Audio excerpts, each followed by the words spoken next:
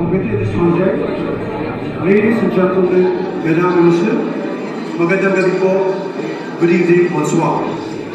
It is indeed a great pleasure for all of us from the Embassy of the Republic of the Philippines in Canada to welcome all of our friends on this auspicious occasion. Tonight, we celebrate the 119th anniversary of the Declaration of Philippine Independence. Nous vous invitons chaleureusement à célébrer la naissance de notre nation.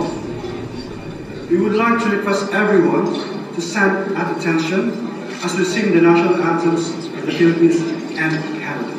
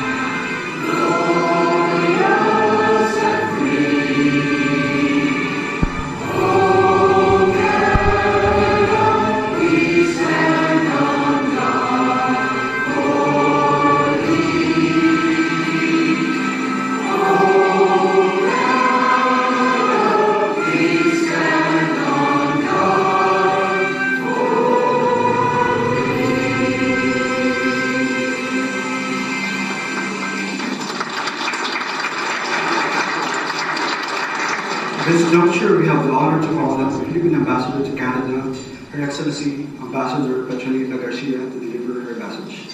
Now. Thank you very much. The Honorable Matthew Dorsey, Parliamentary Secretary to the Ministry of Foreign Affairs, Excellencies, distinguished guests, friends, mga kababayan, ladies and gentlemen. Welcome to this celebration in honor of the Philippine revolutionary heroes and the Filipino people's journey to independence and sovereignty. This evening, the Embassy is pleased to present the distinct images of the Philippines to the works of its gifted young artists in an art exhibit entitled Filipinism, What Makes Art Filipino, featuring the works of Aris Bagtas, Ana Lupas, Rona Manansala, Wilfredo Rufon Sr. and Emma Sia. The exhibit will be housed at the Philippine Embassy and will run from 16 to 26 June 2017. Meantime, you can view some of their works outside the foyer. We are also very fortunate to have with us this evening Messrs. Bagtas and Sia, who flew all the way from Manila for this event. Friends, around 119 years ago, Filipinos made the bold and courageous proclamation that we are the masters of our fate. Nearly 12 decades hence, the Philippines stand on the very same principles of liberty and self-determination brandished by our revolutionaries in June 12, 1898. Today, in a global backdrop of unpredictability and unease, the Philippines carries forward the culture of dialogue during its chairship of ASEAN throughout 2017 under the timely theme of Partnering for Change, Engaging the World. This year, ASEAN marks its 50th anniversary as a regional organization and the 40th anniversary of dialogue relations with our dear and close partner, Canada, which is also celebrating its 150th birthday. As the current country coordinator for ASEAN-Canada Dialogue, the Philippines would like to thank Canada for actively engaging ASEAN in the areas of mutual benefit and for carving time out this year to organize activities for our 40th ASEAN-Canada Dialogue. Commissioned studies show that mutual gains can be achieved by a free trade agreement between ASEAN and Canada. Today, eyes are on the Philippines as we preside over ASEAN's community building agenda. The Philippines has been forecast by World Bank to remain among the top performing economies in East Asia. This is supported by the government's commitment to increase investments in public infrastructure, development, as well as substantial gains in employment and poverty reduction. Let me address, ladies and gentlemen, an issue that is foremost in the minds of many: human rights. The Philippine government has zero tolerance for abuse by law enforcers, and murders are no way state-sponsored.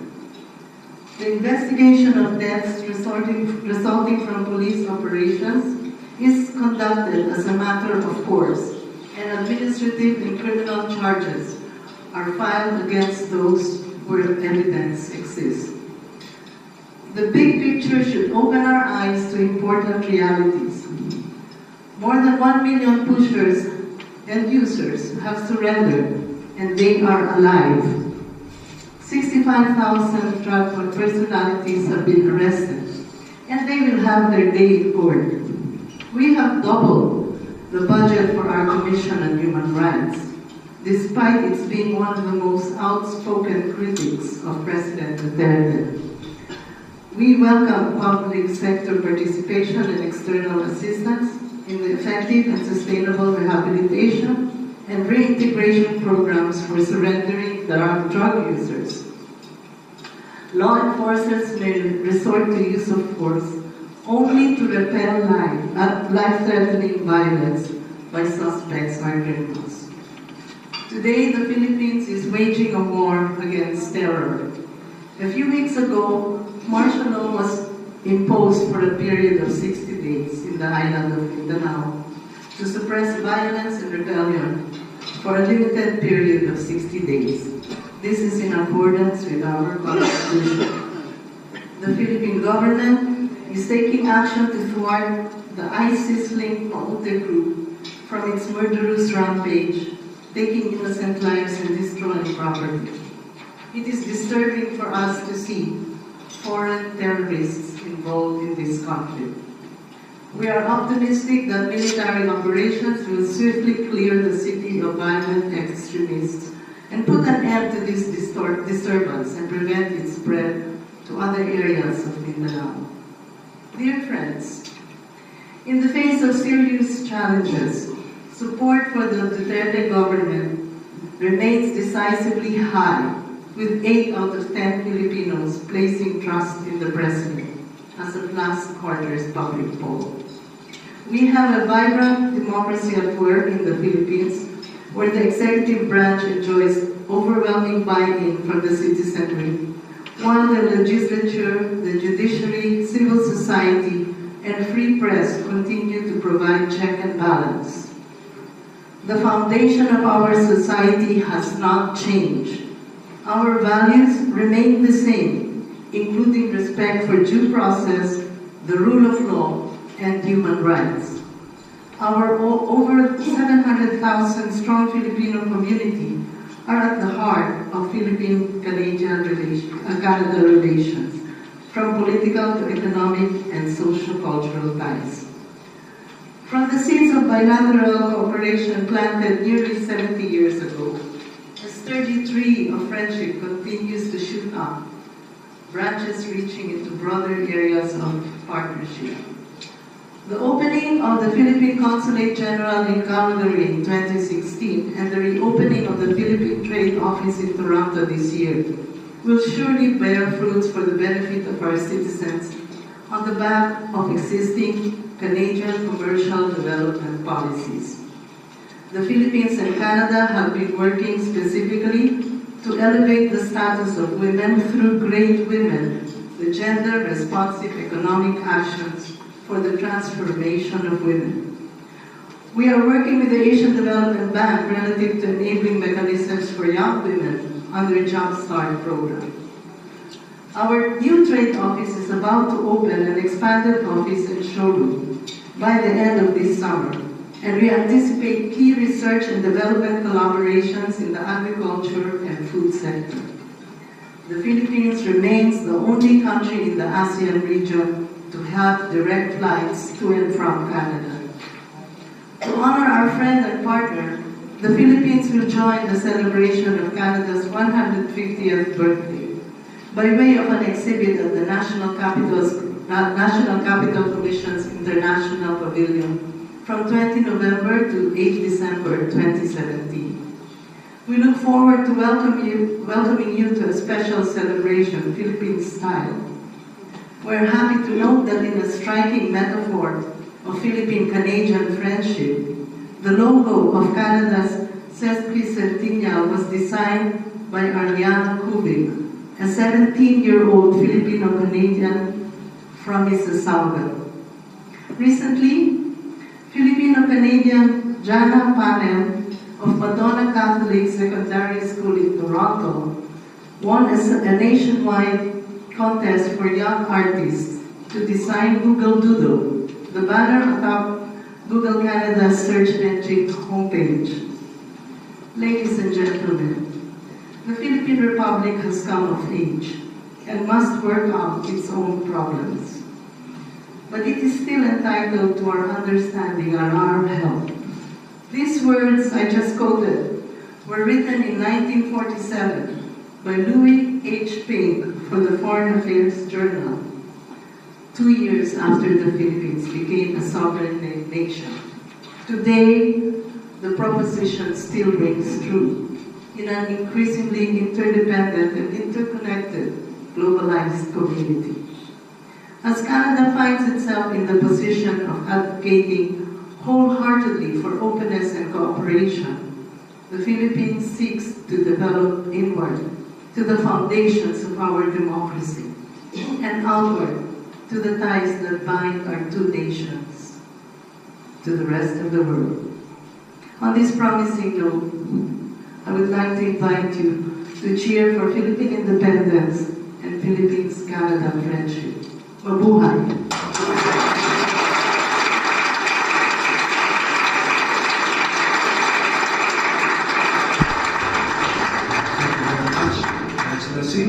Next, we would like to call on Honorable Matt Lewandowski, Parliamentary Secretary to the Minister of Foreign Affairs, for his remarks.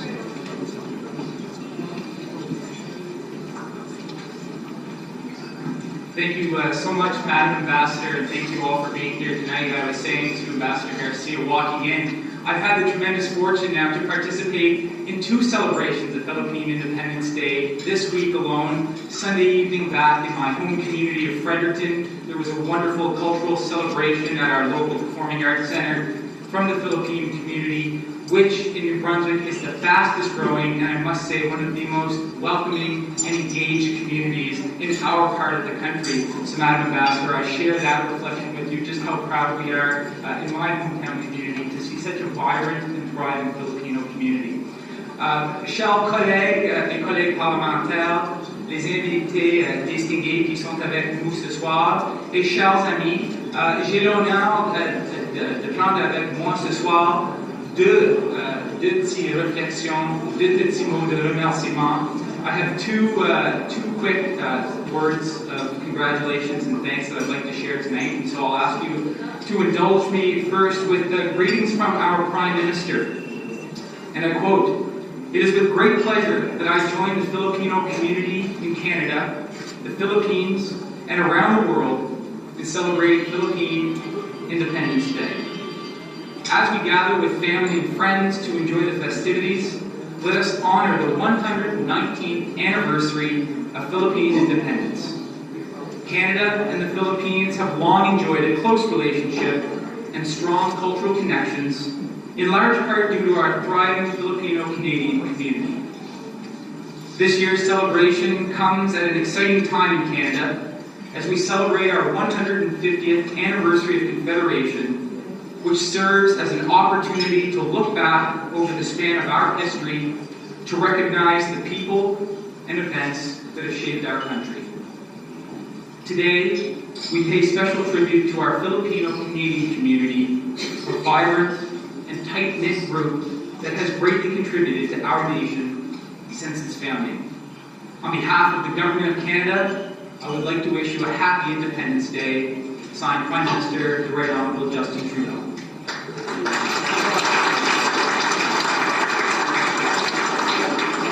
Également, Paul, je prends avec moi des mots, en commençant avec Mabuhay.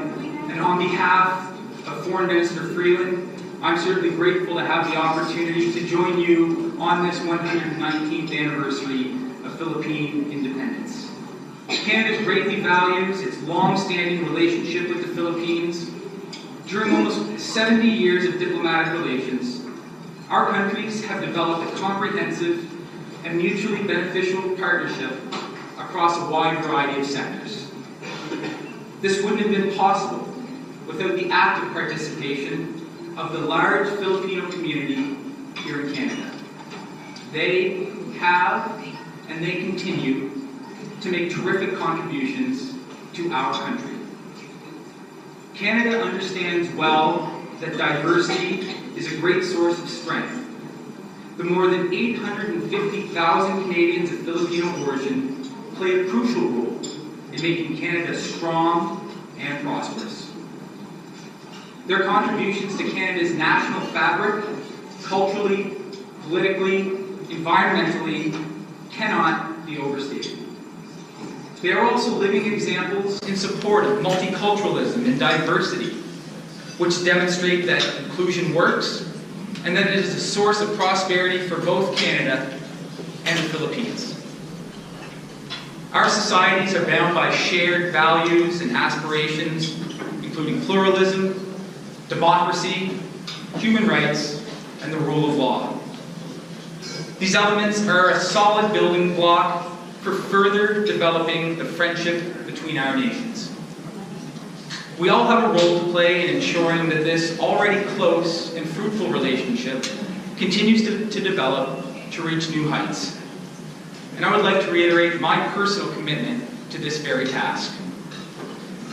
As Minister Freeland highlighted last week during a presentation on Canadian foreign policy priorities in the House of Commons, Canada is a trading nation. We believe that international trade is a key to increase global prosperity. I'm pleased to see growing trade linkages between our two countries, from wheat to softwood lumber to Bombardier's aircraft engines. However, there's much more that we can do together. There still exists much untapped potential in our commercial ties. I'm excited at the vast opportunities awaiting our companies as the Philippine economy continues to be among the fastest growing economies of Asia. The preliminary study for a free trade agreement with the Association of Southeast Asian Nations, ASEAN, is certainly a promising initiative. This brings me to talk about Canada's strong commitment to multilateralism and the importance of ASEAN, areas where Canada and the Philippines are great partners. As a Pacific nation, Canada has a direct stake in Southeast Asia. For this reason, Canada continues to strive to play a role of significance in this region. In this task, expanding ASEAN-Canada partnership is certainly key. I'm impressed and pleased by the leadership displayed by the Philippines within ASEAN, both as the chair in 2017 and as our coordinating country in the organization. We are grateful for the Philippines' continued support in advancing our candidacy in the East Asia Summit. Canada has a wealth of experience to share in peaceful pluralism and good governance, as well as development, trade, and diplomacy. We have much to gain in strengthening collaboration in these areas. More than ever, we are committed to advancing our shared agenda for good governance, human rights, and a rules-based environment that respects diversity and inclusion. In the context of our shared objectives of lasting peace and security, our thoughts are with the people affected by the crisis in Rawawi City. In times of hardship, we need to show solidarity in defense of our values. The challenge posed by terrorism is too big to be overcome by one country working alone. Canada is resolute in the fight against extremism and will continue to support the counterterrorism efforts of partner countries, including the Philippines. In creating greater economic opportunities for those less fortunate, Canada's Development Assistance Program also contributes in reducing the space for violent extremism to develop and to disseminate. For many years, we've been working in close collaboration with the Philippines to reduce poverty and to enhance living standards across the country. Our joint efforts have helped advance the rights of women and girls and promote sustainable economic development for working people in the Philippines. As a partner and friend, Canada will continue to work with the Philippines to support these objectives. On behalf of the Government of Canada, please accept my best wishes as you celebrate this special day. Merci beaucoup.